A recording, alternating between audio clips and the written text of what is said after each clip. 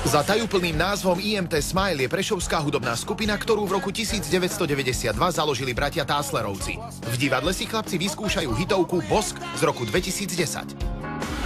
Ale prečo sa s teba tu našli, hej? No poď spievať. No dobré.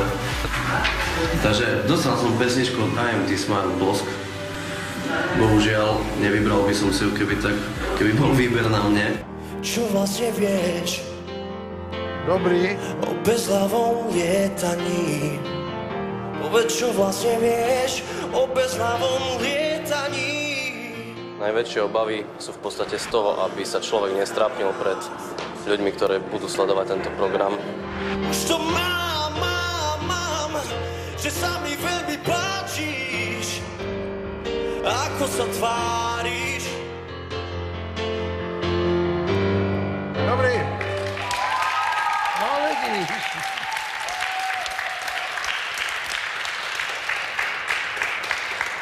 Jsem věřící a dávám to najevo a děkuju Pánu Bohu, že si přišel. Jsem myslela, že odejdu s brekem s tímhletím.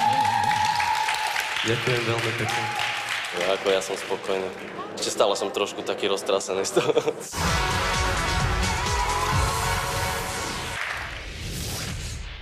Od teba až po teba všichni jste v dalším kole. Postupujete. Aj keď tomu nechcú uveriť, všetci zostávajúci speváci postupujú.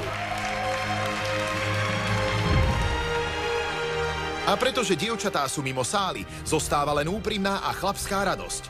Cesta ďalej je otvorená. A čo dievčatá?